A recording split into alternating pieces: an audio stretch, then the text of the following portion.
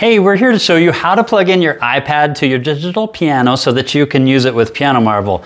So check this out. If you come in really close, you can see every note I play on my piano shows up on my iPad in Piano Marvel because it's going through this USB-C cable here.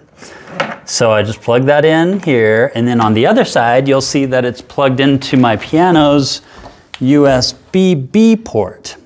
And so you just plug that in, and that's how you do it. It's really simple.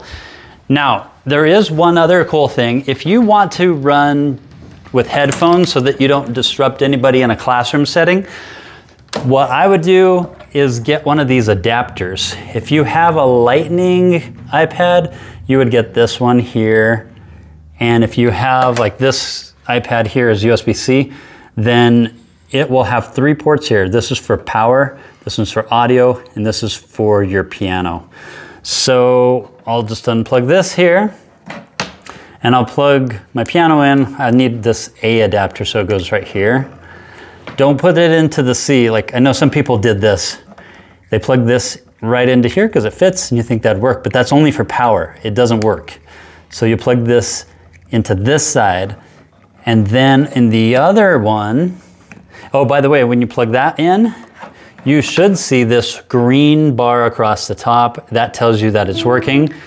The audio, let me show you how to plug that in. This is a regular audio cable. It's a 3.5 millimeter, and I'll plug that into there. On the other side, it's important not to put it into the output, but you want to put it right into the input.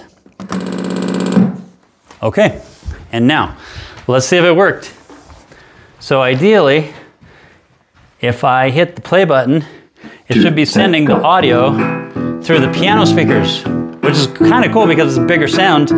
And when I plug this in, it should all go through the headphones.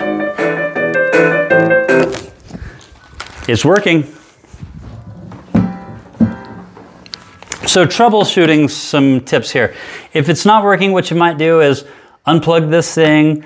You could turn off Piano Marvel, just kill the app, and then plug it in first, open Piano Marvel back up, and that might solve your problem. Another one, if you're getting some buzzing or something, I really like this cable. It's like a magic audio cable. It's a ground looping. And so all of these cables are in the description of the video. I hope that helps a lot in getting started.